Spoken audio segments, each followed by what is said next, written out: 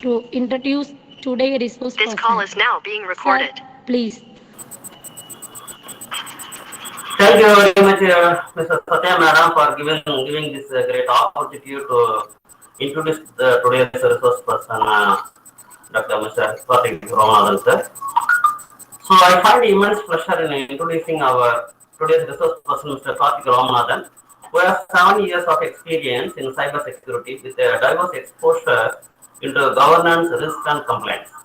Spearheaded multiple projects in information security management system, organizational risk management, infrastructure, security and compliance for clients across industry sectors as an advisor and provided cybersecurity strategy and roadmap. And he also involved in various team management, mentoring, resource management, project allocation, and effort estimation.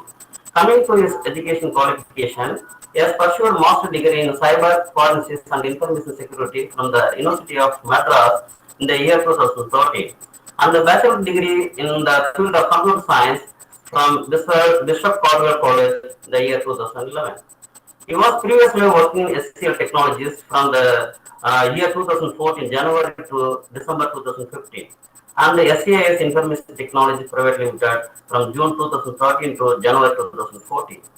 Currently, he is working as an Information Security Manager, Standard Chartered Bangalore, Karnataka, India.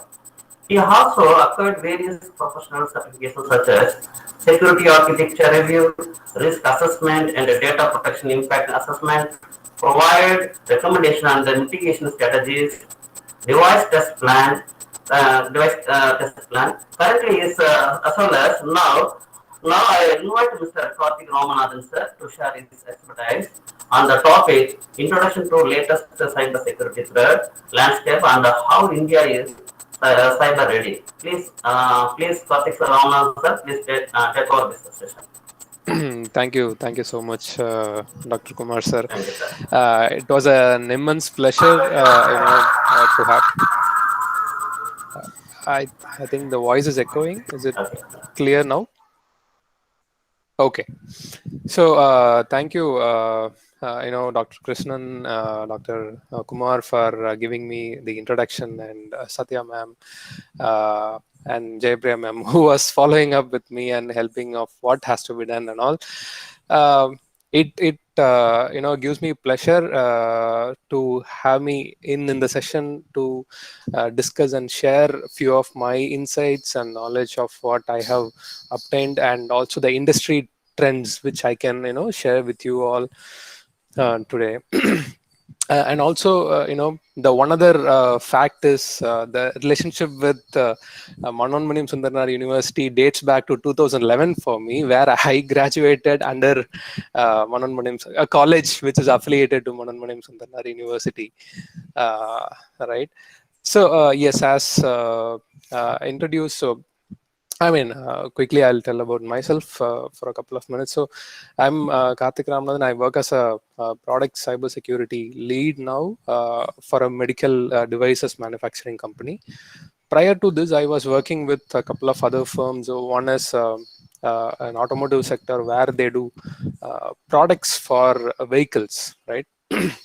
It could be an embedded system, or it could be a product which acts with both physical, mechanical plus embedded system. So since IoT is it's developing, there were focus on that sector. So I was there, and prior to that, I was with a consulting company called EY, where I was doing varied engagements like audits and other consulting area, where I will also share few of the insights during the talk.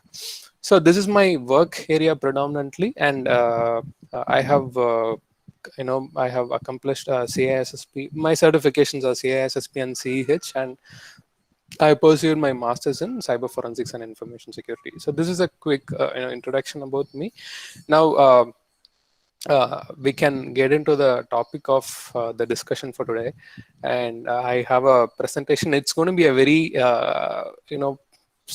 plain presentation, as in with pictures, not much of a text, and much of the portion will be where I speak, and I also welcome you to add or have a kind of a dialogue conversation. I am fine with that. So this is, I think the session is split for two. One is the key presentation topic. The other one is the Q&A session for half an hour. But I can have a logical pause in between, say, like, after 30 minutes, so that if you have, even if you have any questions, or if something you wanted to understand, so that you can further concentrate and listen more on the talk. So we can have a logical pause for 2 minutes or 3 minutes if it is okay with everyone. So I can do that as well. Right. So having said that, let's get started. I have the presentation which I will present now. I'll go off video so that I can concentrate more on the presentation, not just on my gestures or who is going behind the screens. Right. Before I start, anyone wanted to say anything? I mean, is there anything which you wanted to let me know? Thing. Okay, so I present my screen. Let me know when I. Please go ahead, sir. Yeah. All right, sir. Sure.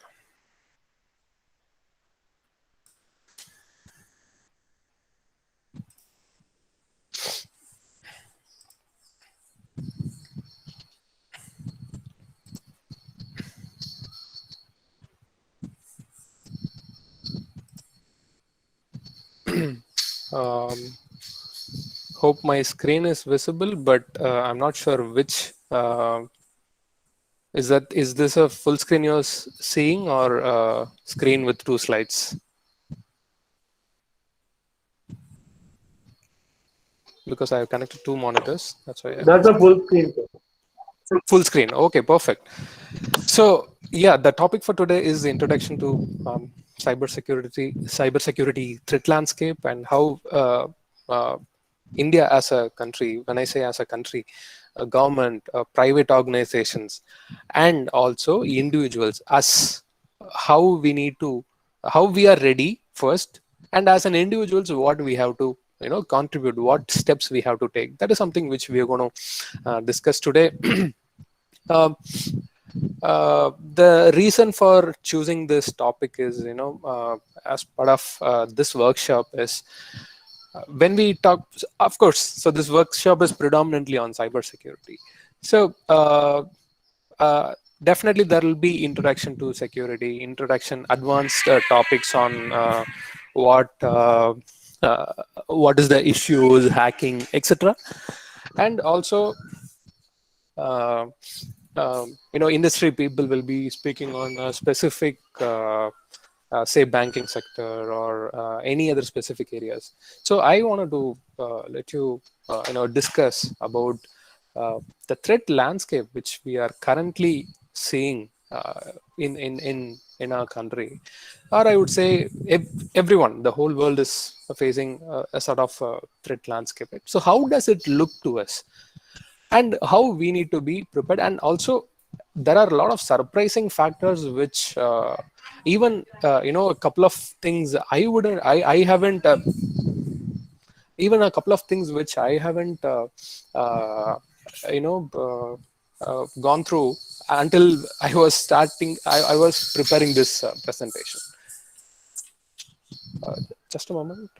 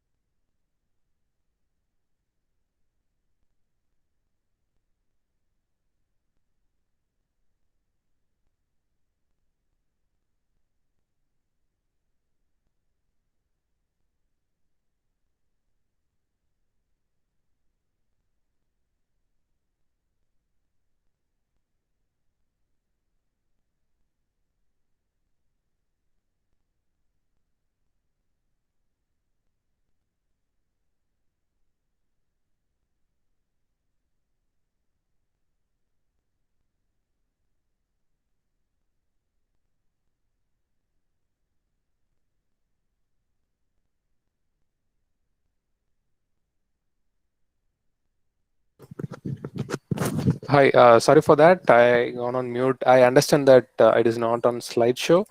I connected dual monitor, and that's why I think this created an issue. Okay, now I'll project it again. My presentation window, and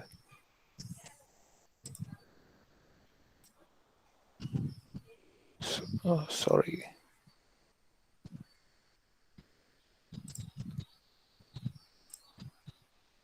I'll do one thing. I'll present my entire screen so that it makes easier. Okay, let me know if you're seeing a full screen of the slide. Yes, sir. Yes, sir. Yes, sir. Yes, sir. Fantastic. I was on the same introduction slide, so don't worry. Yeah, so even few of the surprising or interesting facts, right? I got to know when I was preparing this for this talk. All right, so this is the stage which I wanted to set, and this is the topic which we have chosen, and why I have chosen, why we wanted to. There are the interesting facts about it which we wanted to definitely know, right? And also more surprising factors that how government, our Indian government, has plans for cybersecurity. So all these things will be in the upcoming slides. Let's get started. So as a norm, I wanted to, of course, give an introduction.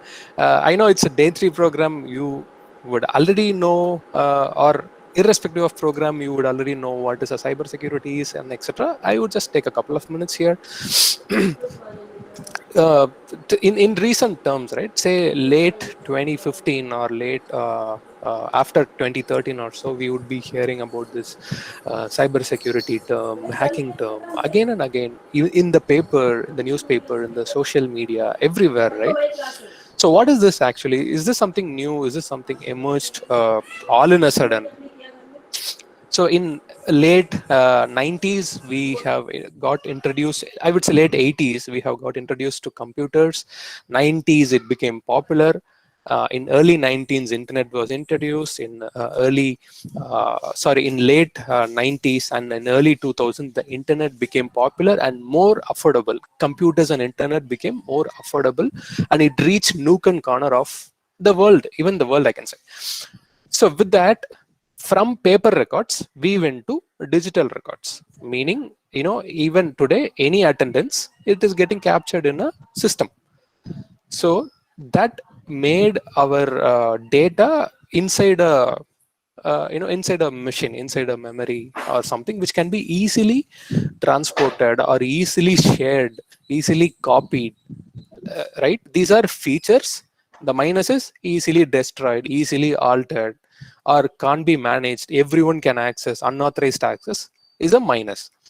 Now, with access to internet, with connectivity to internet, everybody can access it from any corner of the world, right? If it is a physical record, I would necessarily need to come to, say Dr. Krishnan sir's cabin and then only, sign the register or get his permission and then view the record. But if it is connected to internet, and if it has some issues, somebody from London, North Korea, Ukraine, anywhere from the world, he can access it. So that's the issue today. And we are getting into digitization a lot. Everything is getting digitized, almost everything, right? Even this meeting now, we are, due to the pandemic, of course, but still we are doing this over the Google Meet. I mean, a remote meeting is happening. So this is what the threat landscape, how it has diversified, how it has opened up the issues. Of course, this Google Meet or Google provides an end-to-end encryption, but what if it got broken? What if somebody is getting into the say meeting and then disrupting my video and my audio, and then he is playing some other his own content, right? So that is the problem here. So that's predominantly which I wanted to give an introduction about it. Said that, why we are here today, I have given enough reasons, but if you still have some queries on why I should be here. It's a trend on cyber threat landscape and how India is cyber ready. Should I really care about it, or or what am I going to do with that, by knowing that, right? So the interesting facts, for you is this. I'll just read out this so shortly. So this is a survey done by McKinsey Global Institute. This is a survey done by McKinsey Global Institute and the DSCI organization in India. They done this survey last year. So India's digital economy is growing rapidly, and the technology adoption, as we were discussing, the technology adoption is very rapid. The digitization is very rapid. So according to the report, India is second fastest digital adopter among the 17 most digital economies in the world. So we have 100+ countries, but we are second in top 17 of digital economies. So we have one good reason, right? I mean, two good reasons. One is very fast digital adopter, everything is going digital, and that too specifically in economy, in finance.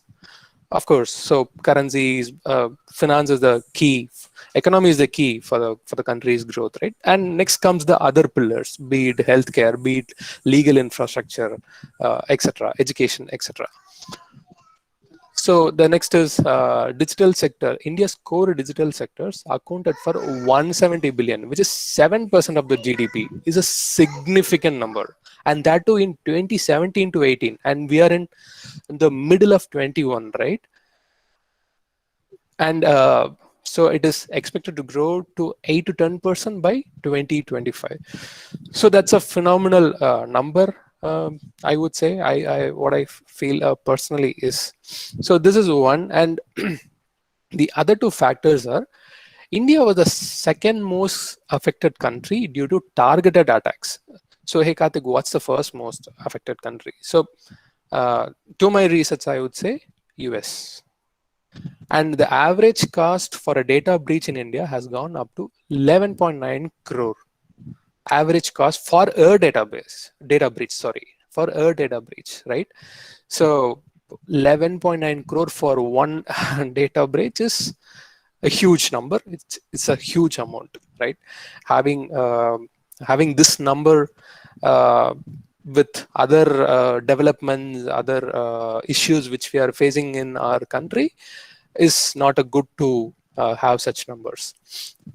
Additionally, in 2017, Certain is an organization which handles incidents in India, emergency response team in India.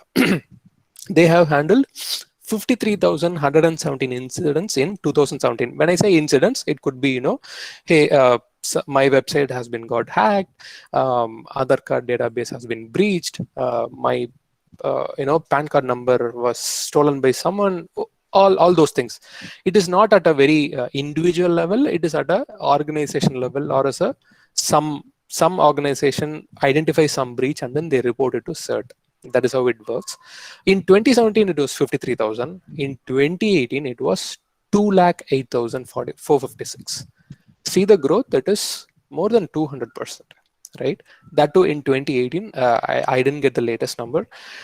And consider, if this was the reported, what about the unreported cases? So, generally we used to understand, right? It will be only 10% of what we report, or 15 or 20%. So what is the actual numbers? What was the actual number in 2018? And to the surprise, what all went unnoticed, right? It could be a more of the case where nobody has understood what is a breach, or they have left it unnoticed.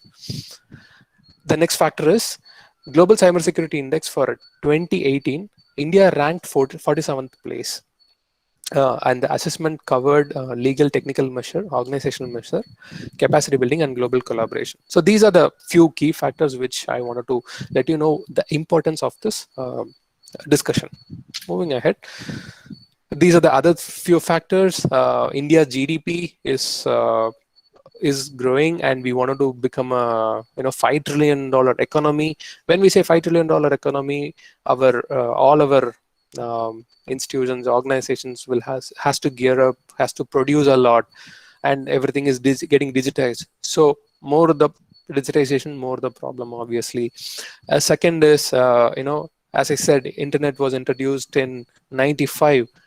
Today we have more than 560 million internet subscribers, meaning we have to secure every of that connection. We have to make sure that all the users are aware of the data is being shared and you are vulnerable to so and so issue. So this is the landscape which I was about to say. So this is a start. And yeah, so obviously one other fact is we are the second largest population in the world, and at the growth rate of 1.2%. So more the population, we have more mobile subscribers, we have more internet subscribers, lot of data. So that is the landscape again.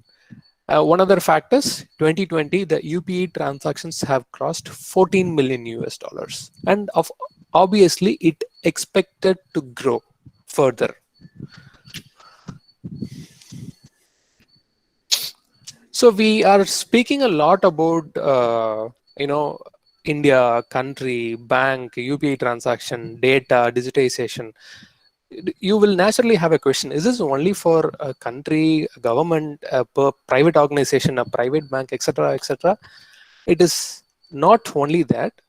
So there are more personal risks, and apart from that, whatever control we have, whatever technical controls we put, end of the day, users, that is humans, going to operate, and humans are more weakest in this chain. Not only not only intentional doing or any other activity which has been done, but there are a lot of unintentional activity which tends to a large cybersecurity hack or a issue or a data breach, etc. So do I need to worry? If you have this question, do I need to worry? Do I really need to do something? Does it matter to me? Hey, I'm here in Chennai, Trichy, Madurai, Tirunelveli. What can I do? What I'm going to do? So I don't do anything. So I work for, say I'm a lecturer, say I'm a banker, but I don't handle such this IT complex IT operation. So what you wanted me to do? The question is, the first thing, we have something called a smartphone, right? The phone became smart, which is making us less smarter than the device, right? So previously we used to remember a lot of phone numbers, but today it is fading down. The memory of the phone is increasing, but our memory, the RAM is increasing, our memory is decreasing, inversely proportional, right?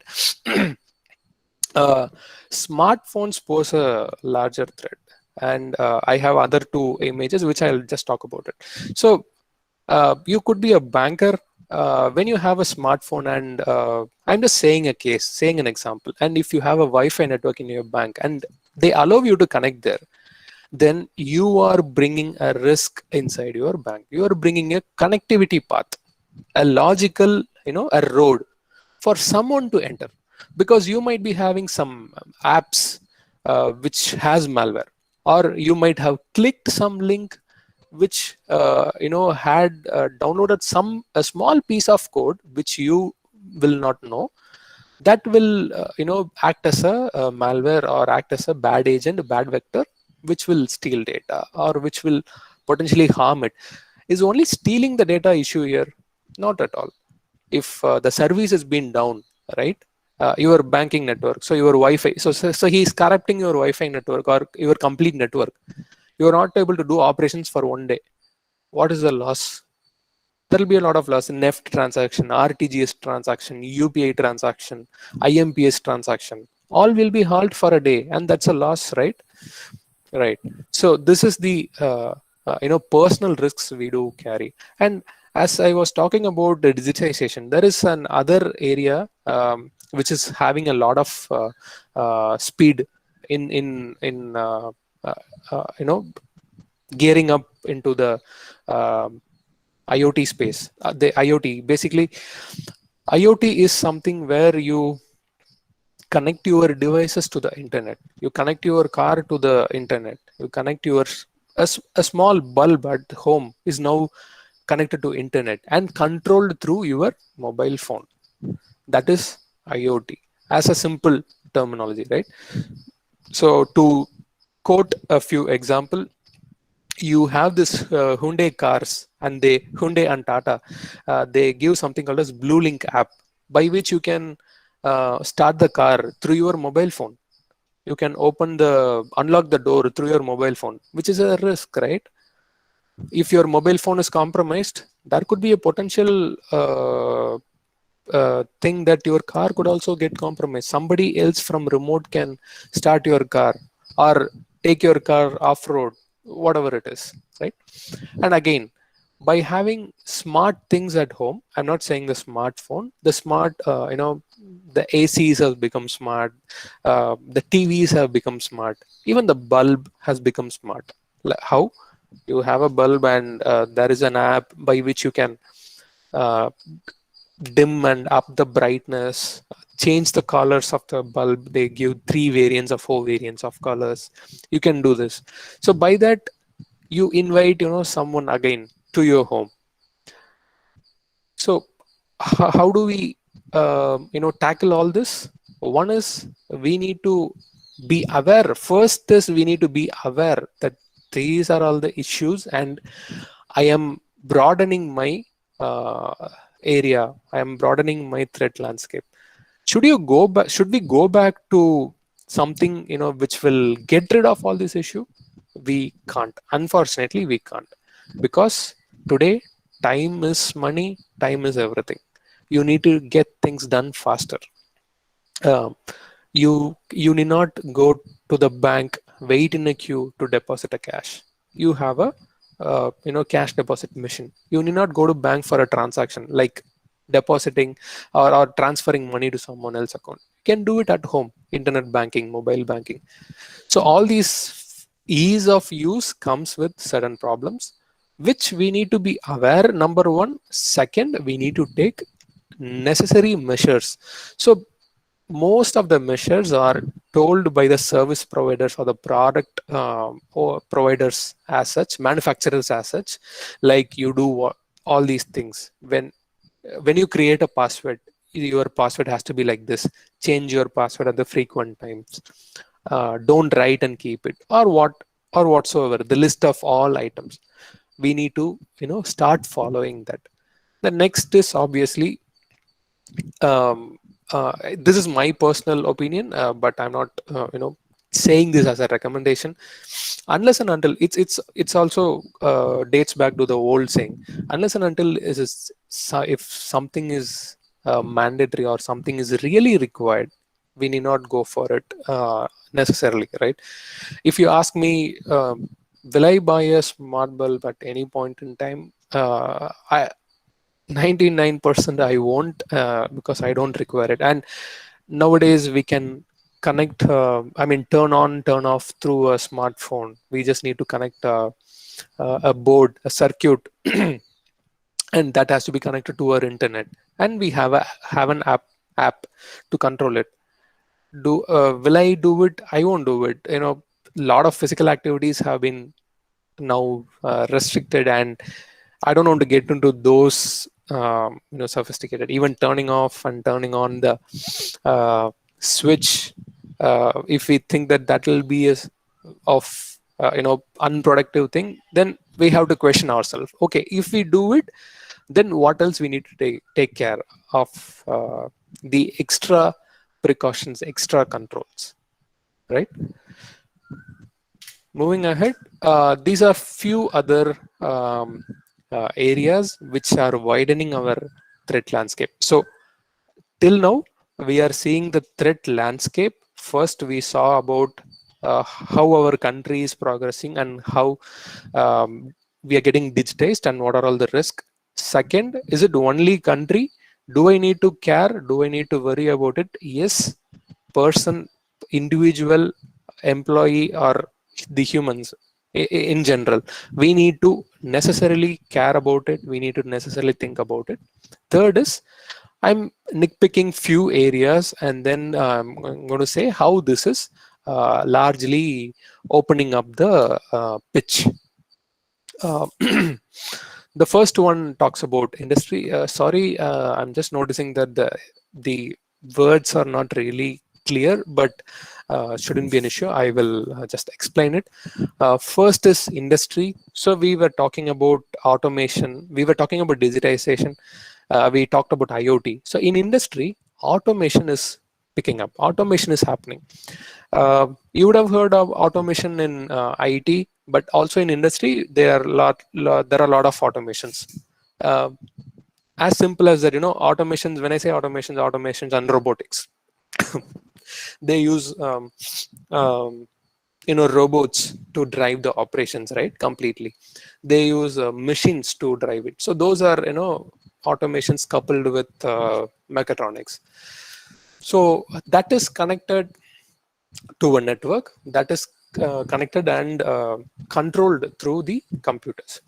So that is one area where there are a lot of legacy devices which comes with the issues are there, which has to be controlled. And also sophisticated automations are happening where utmost care from a cyber security threat has to be taken care in industry.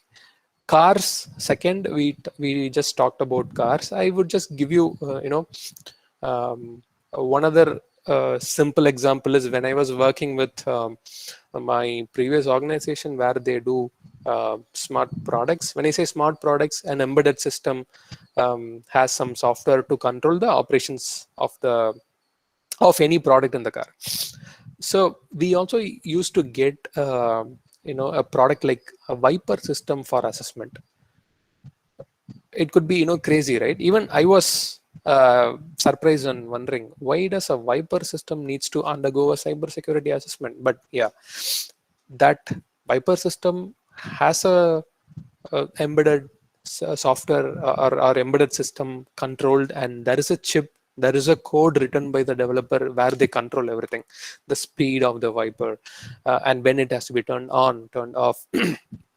So what can go wrong here is a very simple thing. The Viper can if somebody is attacking the system, they can damage it so that the Viper is not working, or it is working on the unnecessary time, but it doesn't harm, or it doesn't really give a threat or a danger to the life or driver or passenger. But this is one example. But there are very complex systems in the cars which is getting automated. Tesla car, a complete or I would say it is an automatic car, right? So it does automatic driver assistance system. You can put on autopilot and it drives yourself to the destination. Think of such cars, when it is connected to internet. If somebody hacks it and get a control of a particular car, he can do whatever he wants. It is a threat not only to the people inside the car, also people who are on the walkway, on the lane, to the devices which is coming, sorry, the vehicles which is coming, passing nearby. So those are again an area which we wanted to concentrate. And how these things work is these automations like cars, video cams, right? They connect to the nearby network coverage, meaning say a nearby cell phone. Let's break it simple. Cell phone towers. So if that has been compromised, and think of the chain, that is the problem here. So it is not only one thing is compromised. If one is compromised, the chain gets compromised. Containing an incident or an issue is the problem. So that is why we are saying the landscape has changed. Now the landscape has widened. So about cars, this is about cars.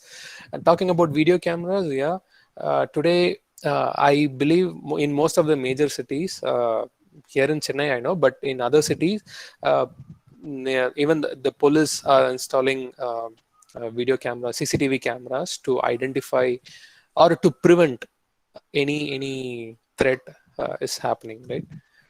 Or any issues or any crimes to happen, or also to detect if something has happened. So this can become an issue in terms of one is they can black out the video camera. Second is they can use it for other criminal activities as well. It could be they can steal the data, they can steal personal. When I say personal information, the facial recognition, all those are private data or personal information, violating the individual's privacy. So video cams, cyber warfare is utilizing malwares, utilizing cyber security attacks for as a weapon to attack another country or an organization or whatever it is. So the earliest cyber warfare is Stuxnet, which attacked the Iranian nuclear plant. The next is power grids. So our Indian power grids are not completely automated or IoT controlled, but in let's say in US and Russia, it is completely IoT controlled, where there have been blackouts because of the cybersecurity attacks. But even here in India, there are few things which have been controlled through a system. So the power grids are also vulnerable to the attacks. So the next is buildings. Buildings are basically the IoT buildings which they are referring to, which we talked about, the smart bulb and etc. Cities, number 7 is cities. You can see here. If you remember, in last, I think 3-4 years before, there was a plan by the central government to build smart cities in India, right? Which also, the smart cities, which also include having network connectivity, metro train connected through internet and control through internet, something like that. They are coming up with a plan, and that is getting implemented. When I say implemented, there is an organization, one organization I know is L&T, where they work for this building smart city project. So this increases the landscape of it. The next number 8 is medical devices. Now currently I work for a company where they produce medical devices. Now medical devices are getting connected to the internet for the ease of usage and getting immediate result, etc. So we spoke a lot about economy, money, finance. Now slightly, an essence of privacy, private data is getting into it. We spoke about video cameras. Now medical devices. Medical devices, you deal with patient information, patient data, which is a private information. So it impacts privacy. And also think about it, if something goes down, it is a life of an individual. The next is air travel, retail. Air travel, again, similar to cars, but think about the impact, it will be worse. Retail industry, as you know, Amazon, Flipkart, it reached nook and corner of of our country, of our state, even I would say. I know even tier 2, tier 3 city, tier 3 towns, and I'm not sure about villages, but a lot of people are now used to buying in e-commerce. Is that a problem? Buying something in an e-commerce, is that a problem? Not really, but think about it when this is getting again connected to internet, the devices are reaching there, and e-commerce platforms also, they are now trying to upgrade of, say, automated delivery, like pinning the map location and going to the location and automatically deliver. I mean, through drone delivery system, they're planning to do it. If they do all this, the the locations are easily available to anyone. If the e-commerce site has been compromised, the data is easily available. So it largely, until this, you would have kind of got an essence. One is, it largely deals with how it is getting connected, so that the the landscape is getting widening and widening. Second is what happens if something goes wrong. Let me move on to the next slide. We spoke about security, cyber security. There is one other topic, privacy, which is not largely different, but there is a misconception that privacy and security are same, or if you are secured, that means that your privacy is also protected. But logically and also technically, these two are different. I'll just give you a simple example. You are inside your home, you locked your doors and everything, your windows, you are secured. But that doesn't mean your privacy is protected or you are private, because you might have a window which has glass panels and it is a see-through. So your privacy is still not protected, right? And if you have your curtains on, that means that your privacy is also protected and you are also secure. This is one simple example which I used to say. So privacy is governing how the data is collected, shared and used. Security is protecting the data from internal and external attackers, right? So let me tell you one technical example. Data security, encryption of it, data privacy. You have encrypted, but at some time you will be decrypting and utilizing the data. So who has to decrypt it? Who can see the data? How much data you should collect from an individual? All those comes under privacy. But largely, privacy will fit in the ambit of security. Just that the lens for seeing privacy is a bit different from security. I wanted to say this specifically so that this is also one other. So we spoke about video camera. We spoke about having devices inside our network. Security is also at stake. On the other side, privacy is also getting impacted because of our landscape change. Moving ahead. So now we to summarize, we spoke about the cybersecurity threat landscape. A lot of automation, a lot of IoT devices, a lot of digitization is happening.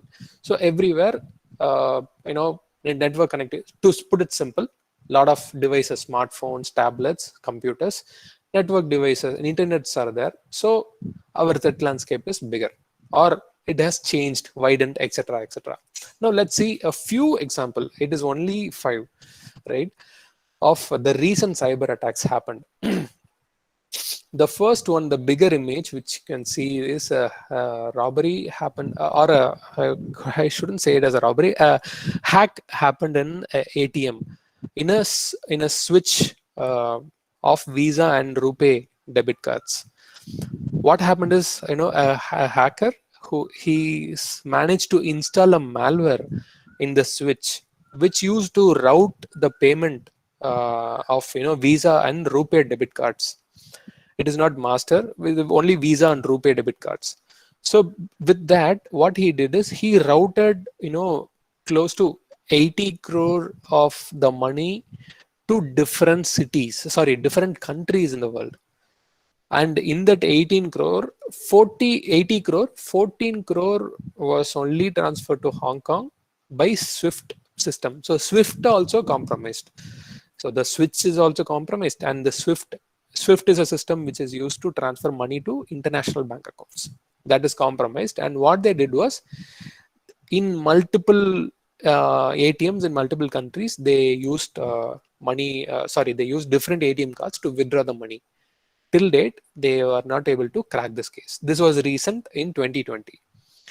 The next one is, where I read the headline, 3x increase, 150%, 3x increase in cyber attacks, resulting in increased budget and attention on cybersecurity issues. From attacking individuals and demanding $100 to 200% a decade ago. So this attack is not just organization, it is also on individuals attacking, say for example, taking down their Facebook account, taking down their bank account and demanding a ransom, demanding some money. We were talking about the next example is we were talking about power grids. So there was a blackout in Maharashtra power grid, and initially they said it is a cyber attack happened by Chinese attackers, and later they said it is a human error. Till date it was not solved though, but something happened, and it was an issue which is still going on.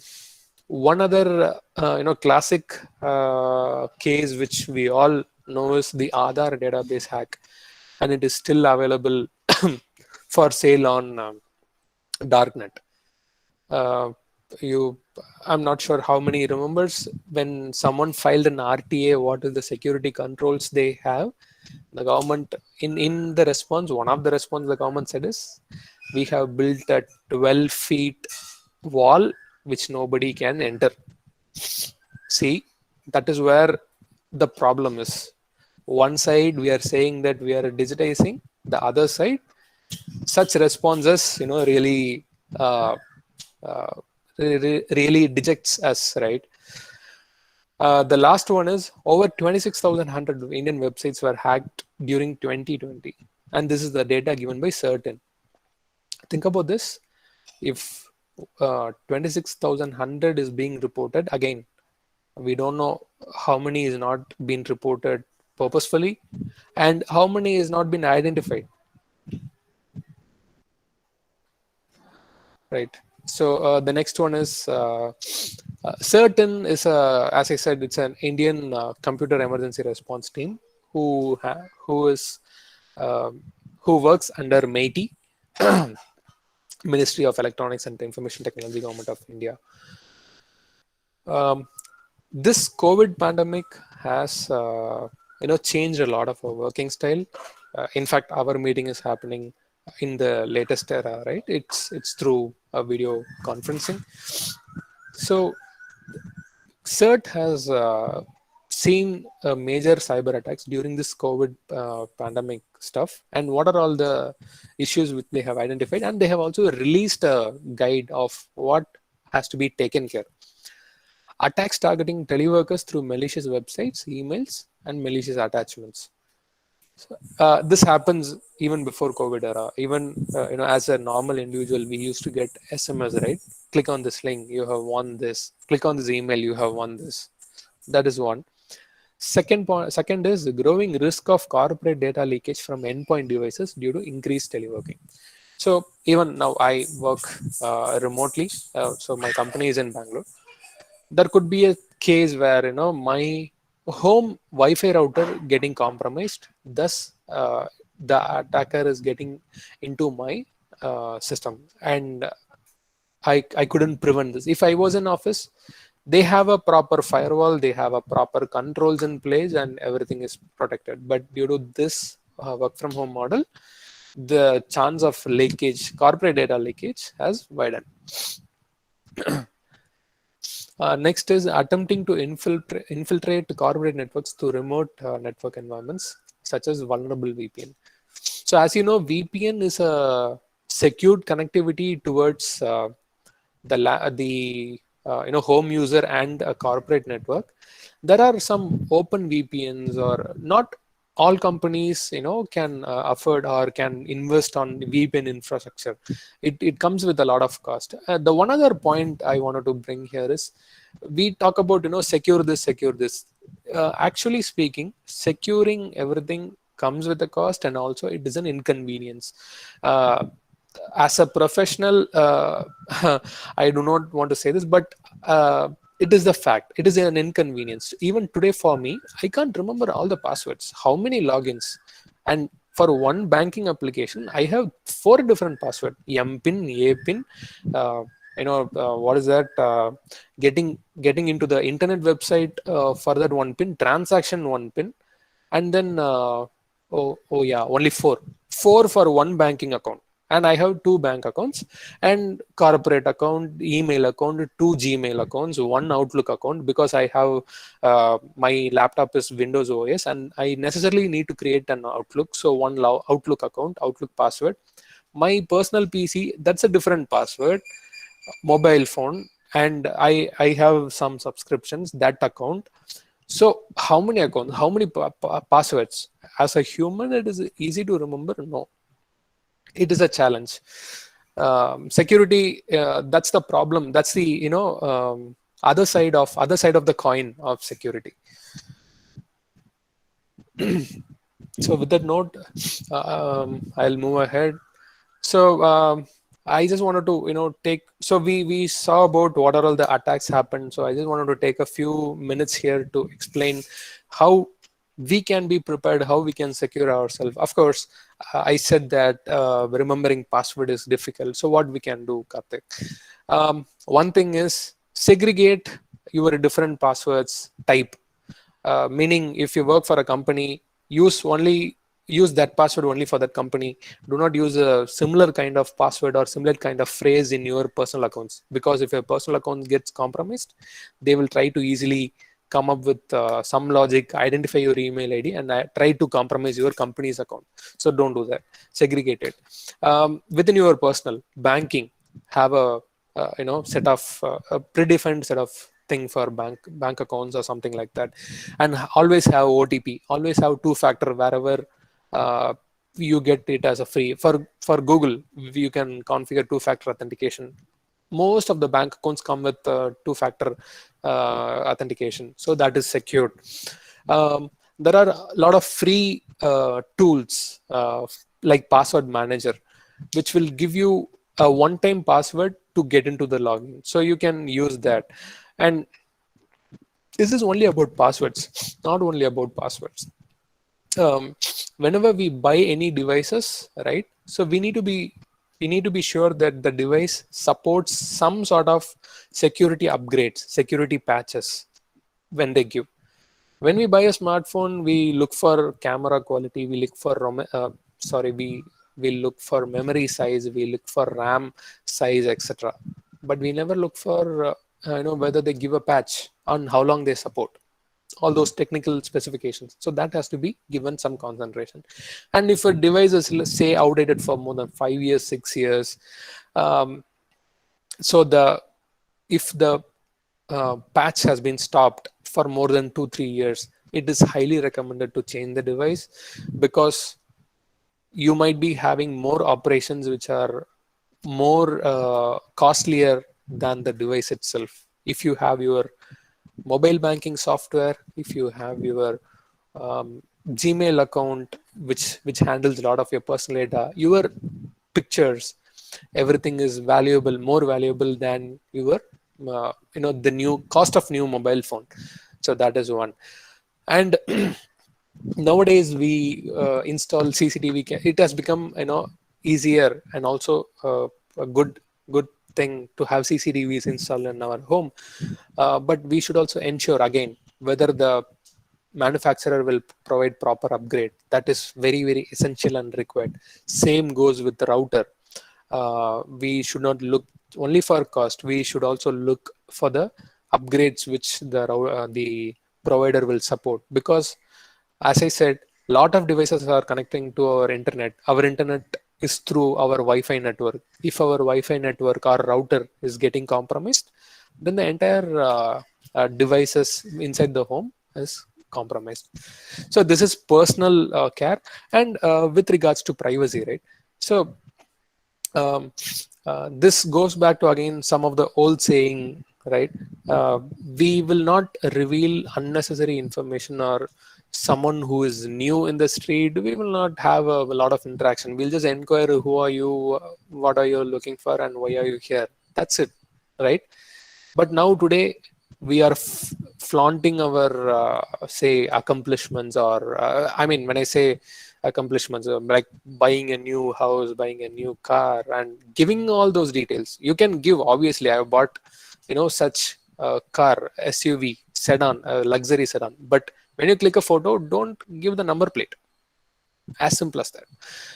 So try to restrict more personal information going into social media, because social media, you do not have control who is looking at the details, who can access those details. So this is with regards to privacy. With regards to organization, it's very easy. Please follow the rules laid out by your organization. Do not share the passwords. Do not share your systems to anyone. Do not use your systems for personal work, etc. With the note, I'm moving ahead to. We spoke a lot about the threat landscape and our individual responsibility and what we can do. Now, as a country, that's the main thing, right? That's the main crux of our today's talk. So as a country, how are we ready? Are we ready? You will have a question, right? By I acknowledge. So we have a complex system in place, complex type of governance models, which will naturally bring us to a question: are we ready in place? But these facts will surprise you. Till this, if somebody has felt that I already know this information, Karthik, it is kind of boring, or it is kind of repeating, or I haven't, I have already seen this example of hack. But this will be, this will definitely be interesting and surprising, at least to more than 90% of the audience here today. IT Act, yes, everybody would have known. IT Act of 2000. And think about it. It came in 2000. The passwords, everything was included in 2000. Bogus mails, bogus accounts, or something included in 2000 itself. Look at how, look at the forward thinking which they had at that time itself, and the proactive measure which we had, even with such a complex governance and other intricacies and issues which we have. They have come up with this beautiful IT Act. I don't want to spend much of time in IT Act. I will move to the other pieces. So you can see three logos here: RBI, IRDAI, Security Exchange, SEBI, Security Exchange of Board of India. These three are predominantly the money handlers, or the organization which governs the governs the institutes and organization and private banks which deals with money. So this is a larger piece, right? So RBI has a cybersecurity framework which was issued in 2016, IRDAI in 2017, SEBI in 2018. What does all these three mandates? They specify and they recommend the banks, the companies, insurance companies, or the SEBI listed companies to have an information security program in place, to have everything, governance, to have an audit, to have a proper control in place, to have a monitoring in place, incident management, legal, and everything, right? So with regards to cyber security, they have issued a detailed framework which covers end-to-end of cybersecurity, which is in line with ISO 27001. Okay, and they also demand an yearly audit report submitted to, say, individual parties: RBI, IRDA, and SEBI. RBI has two things: one issued to banks, one issued to NBFCs, also non-banking financial sectors. Okay. So these are, few other, apart from IT Act, RBI, IRDA, SEBI, which governs the cybersecurity of their, of their individual areas, I would say. So next is few of the other initiatives by the government, which will again surprise us. There was a policy, National Cybersecurity Policy, which was drafted in 2013, right? So this is one of the factor. I was thinking that it got recently updated. So I was thinking that it got drafted in 2018, but it was not. It was in 2013. This is to my surprise, number one. So what it has, it talks about system governance, controls, audit, VAPT exercise, monitoring, everything. The cybersecurity policy was drafted in 2013, and it got updated in 2020, if I'm not wrong. So all these, we spoke about SEBI, RBI guidelines and frameworks, etc. So all these talk about security. For privacy, PDPB, personal data protection bill. This was introduced in 2019. This was supposed to get passed in the parliament by January 2020, but due to this pandemic and other things, this is still in the table and soon expected to be passed. So what this bill talks about, it talks about protecting the personal data of an individual, of an Indian citizen. So you subscribe to Amazon, you subscribe to Flipkart. When the bill is being passed, they will need to implement a lot of control which will protect your information. They will not ask more details about you, just your email ID, your contact, your address. Obviously they need to deliver the package, your phone number. That will be secured to the fullest extent of how it has been used. And when you say sign off or delete your account from there, they have to necessarily delete and have an evidence that this has been deleted, since the user is no longer attached to the or subscribed to the account or the service like that. So this is a major change, and of course this comes with a lot of questions of how we are going to implement this in India, because as you know, our country has a diverse mix of economies, culture and practices, everything. So implementing this is not quite easy. It has its own complications and complexities. However, we are getting prepared for it. That's a good sign.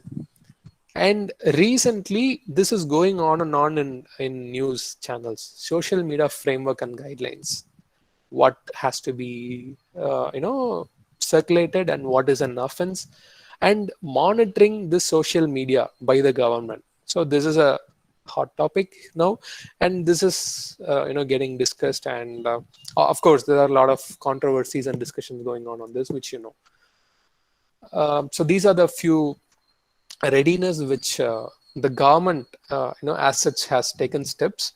So apart from this private organization, they have their own security mechanism. They have a team in place which governs, secures all this. So from a private sector, it is not an issue. It has been covered. From government, these are the initiatives and protections. So what are all the institutions which does this, which protects this, or which governs these activities, these actions, everything? So there is something called as National Informatics Center, NIC. There is National Critical Information Infrastructure Protection Center. There is DSCI, Data Security Council of India. We saw on the initial slide. CERTIN, we spoke about it, Emergency Response Team in India. So all these, information you can Google. You can also find few of the information in MeitY government site. So there are a lot of bodies who have been formed, who work behind the screens, which we largely do not come to know, because these are some closed groups. These are not discussed in the news or in other medias, which we get our attention, we get to know, and it comes to easy public attention. So these are the institutions which protects us. I think with this I am done. So now over to you, team, for the questions.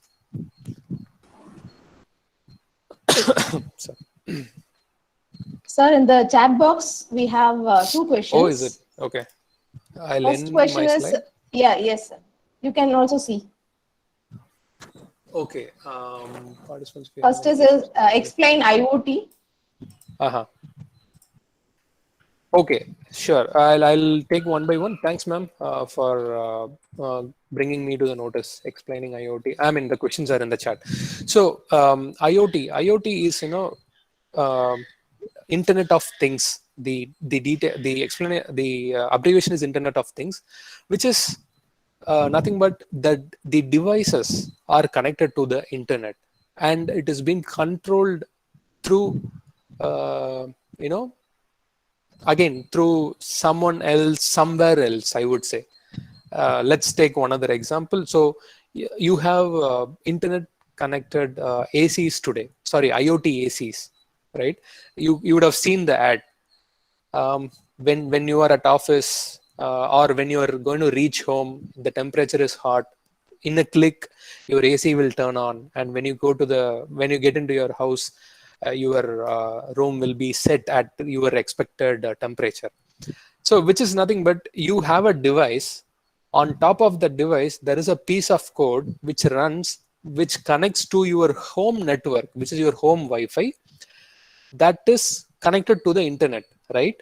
And you will have one application in your mobile app or in your desktop application, or in your desktop computer. Through that, you will connect from anywhere in the world. That is Internet of Things. Hope this gives clarity.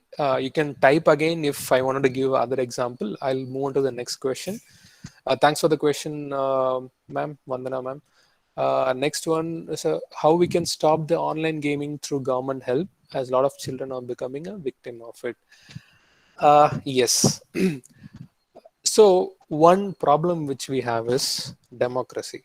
I mean, I'm not getting into the debate, but it's not a problem, but it is a challenge. In a democratic country, you have a right to do the rightful things, not something which we shouldn't do. Yeah, we have the right to do rightful things. We have the right to speak up, right? So to give you an example, games. We can't put a stop or put a wall to the apps or to any such gaming or entertainment, saying that this can be completely stopped or the children shouldn't do it. But what we can do is we can regularize, games such as games which induce violence or something, like shooting or any offensive games which will have an impact with the kids. So we can have such regulations, and we can definitely, through the help of government, we can stop it. And uh, to control all these, parents are unaware. Yes, you are very right. Parents has to be given an awareness along with the children. So today I see that a lot of schools are conducting cybersecurity awareness for their children's, for their kids, for the students who are in the class. But it is also good that when they can also share a few of the thoughts during their parent teachers meeting or something like that, we can start having those stuff, so that the parents also are aware of these such happenings, and it can be at least controlled, if not stopped. And of course, we need to let them know about the parental controls, parental softwares, when they put that it is only 10 plus, 18 plus, and they have the master control. They give only few to their kids, so that way we can stop it, or we can at least control and regularize it. So apart from that, it's beyond our control. Sir, thank you for the question. Thank you, ma'am, for the feedback. Hope it has given some insights to everyone. What are different vulnerabilities which can exploit our mobile device or laptop? It's a very good and interesting question. There are two things. When we talk about vulnerability is a weakness in our system, right?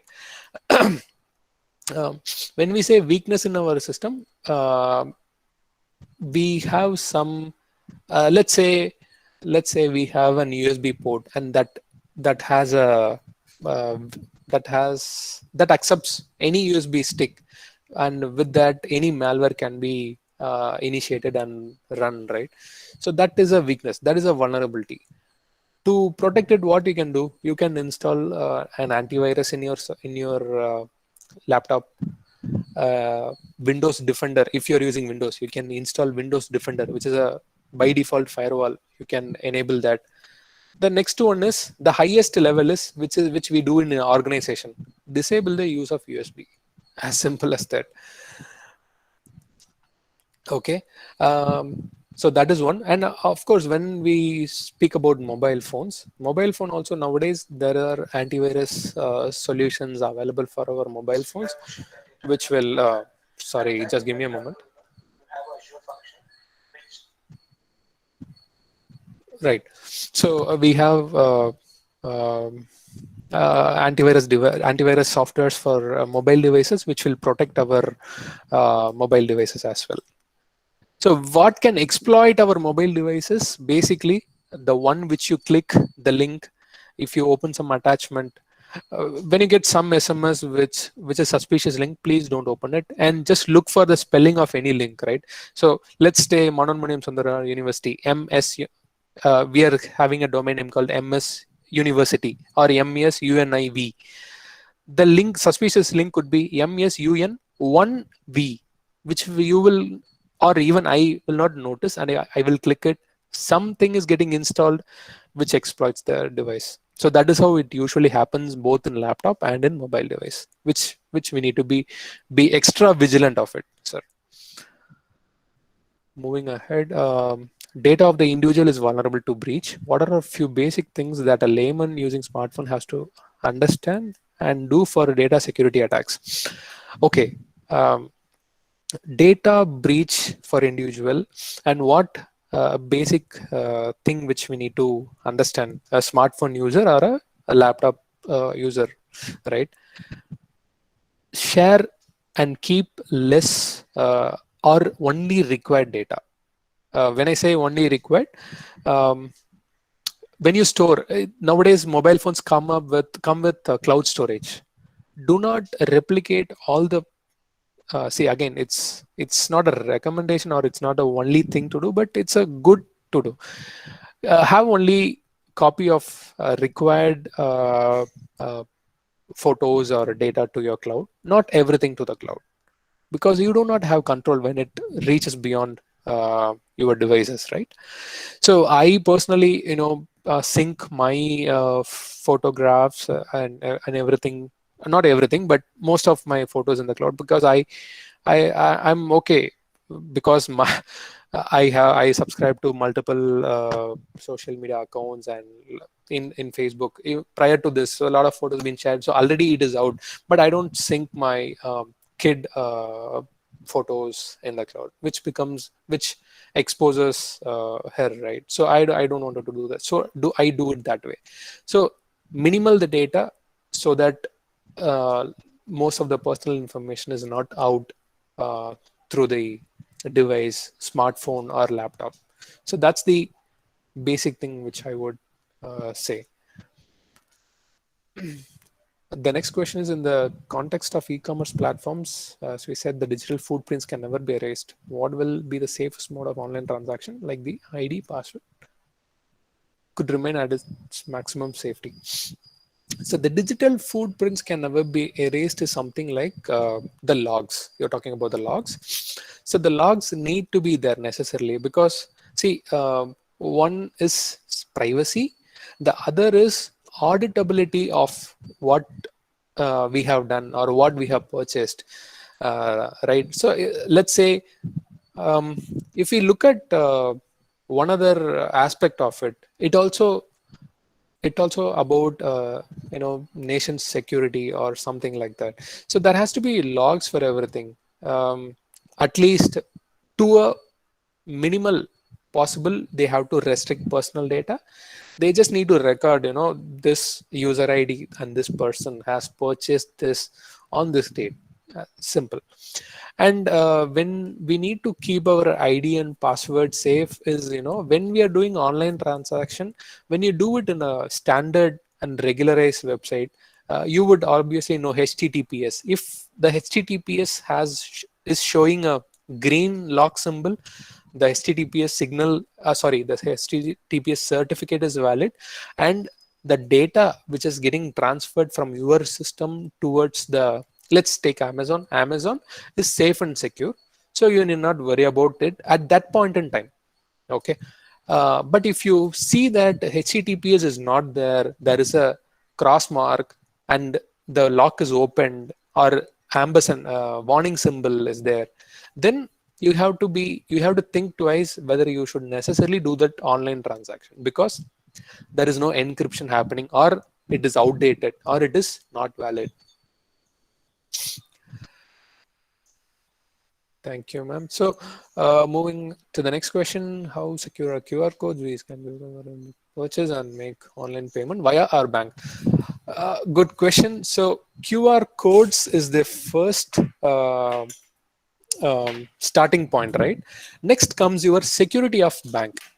Let's say I have an Axis Bank. I'm going to let's say Axis Bank app or Google Pay app. So I go to a shop, I scan it. That QR code will just give information of that particular merchant account or merchant information. Let's say I go to supermarket, okay, and by scanning that supermarket's code, it will just say, okay, Karthik is doing this scan for this supermarket specifically. And next, when the transaction is about to happen, it is largely how your bank. So I have Axis Bank, or let's talk about two things. I'm going to do Paytm transaction first. I scan the code. So Paytm transaction, I wanted to see whether the Paytm is secure, right? So it will ask for your password. It will ask for your confirmation. And Paytm doesn't ask OTP today, but there are few apps which gives OTP and then you type OTP and then they transfer the money. So that banking transaction is secured. QR code is step one. The other steps are secured. And let's say bank, right? I am doing through my banking application or banking UPI application, Axis Bank. So I have Axis Bank. I have two different codes. So the two different codes, when I only give the two different codes, it will pass the transaction.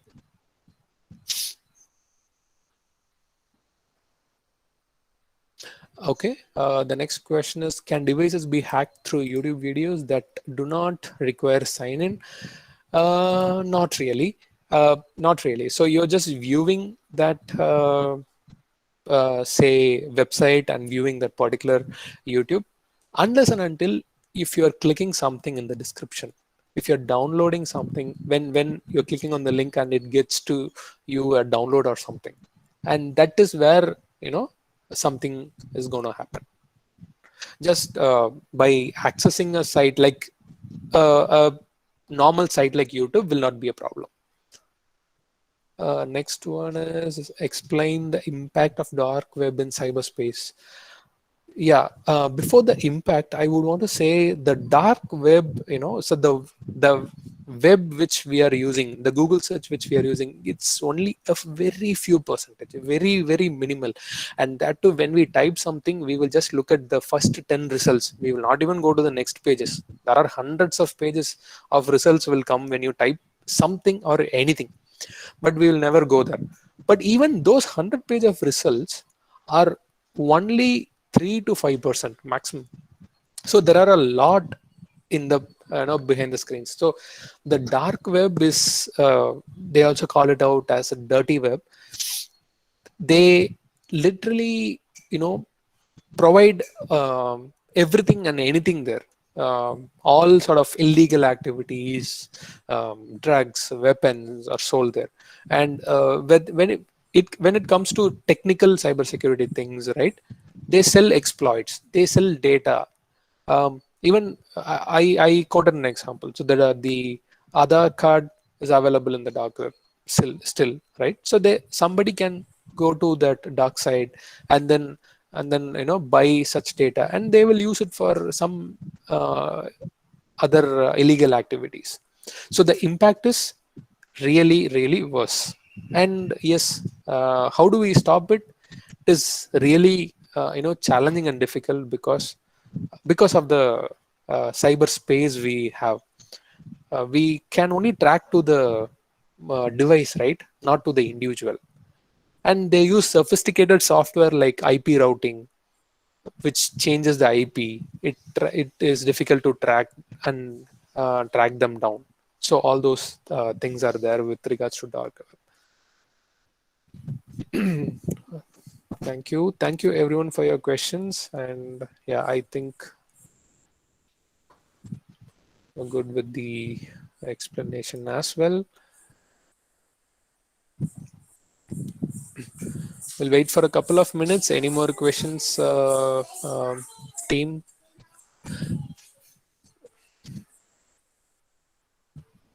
Thank you. Thanks, everyone.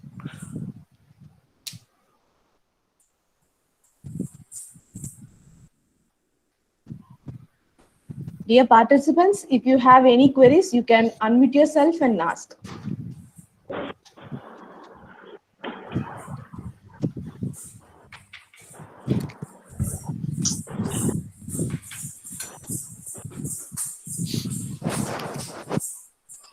Okay, there was all right. There was a couple of other questions. One is on the job opportunities. Yes, as I said, we have 1 minute. As I said, we have a lot of work to be done in this cybersecurity area. There are a lot of job opportunities now in private and also in government sector. In private sector, you name it, any sector, any industry, be it automotive, be it a bank, be it IT, everywhere there is a cybersecurity team, and there are different areas where the jobs are available. Meaning, there is a first there has to be a governance team in place. So there is information or cybersecurity governance. So you can get into governance. There is a technical team which does VAPT activity, where the vulnerabilities will be identified and exploits will be identified, so that we safeguard ourselves. Right? It is an ethical hacking within the organization. So that has been done. So the opportunity is there, and there is also something called as um, monitoring security operations center, where they monitor all the traffic and then they alert when something is fishy, when something is wrong. So there is opportunity there. And the other team is the other team is compliance team, auditing team. How whether we have everything set ready, or is it as per the required policies which the company has set. So this is in private sector. In government sector, you would have seen a lot of things like cyber cell in police department, cyber forensics in forensics department. But unfortunately, till date, there is no special recruitment happening for Tamil Nadu cyber cell or Tamil Nadu forensics department, as far as I know. You wanted to write. You wanted to get into a normal police selection, and based on you have to do 1 year of usual law and order duty, and you will be transferred to cyber cell. For forensics, you have to write I think TNPSC group 1 exam, and there will be a specific forensics you have to select, and by that 1 or 2, I'm not sure, but yeah, there are areas which is getting streamlined in government side as well, but it will take some time. Okay. Okay, I spoke about job. How safe are larger transactions via Paytm? I think RBI has a capping, right, for a day, and also your bank has a capping based on your account. It could be 10,000, it could be 20,000 or 50 or 1 lakh max. See, it is actually not about larger amount or a small amount. If that particular transaction is compromised, it is compromised. So we need not worry about the amount of money, because the security doesn't matter for 1 rupee or 1 lakh rupee. That is what I'm trying to say. But see, personally, I have done to the fullest capacity 1 lakh in transactions. It is safe, to my knowledge. So job opportunities for engineering grads, obviously there are a lot of opportunity, but when I wanted to specifically say, see, the problem is we have a lot of resource, but what the industry demands experience, the industry demands niche skills. So you wanted to work on your skills on the cybersecurity. I spoke about different areas, right? I said ethical hacking, VAPT, auditing, cybersecurity governance. So you wanted to get to know all of these area, and then you have to identify in which area you are getting natural interest, and you can skill yourself up. I mean, sharpen your skills, do certification courses, do understand a lot of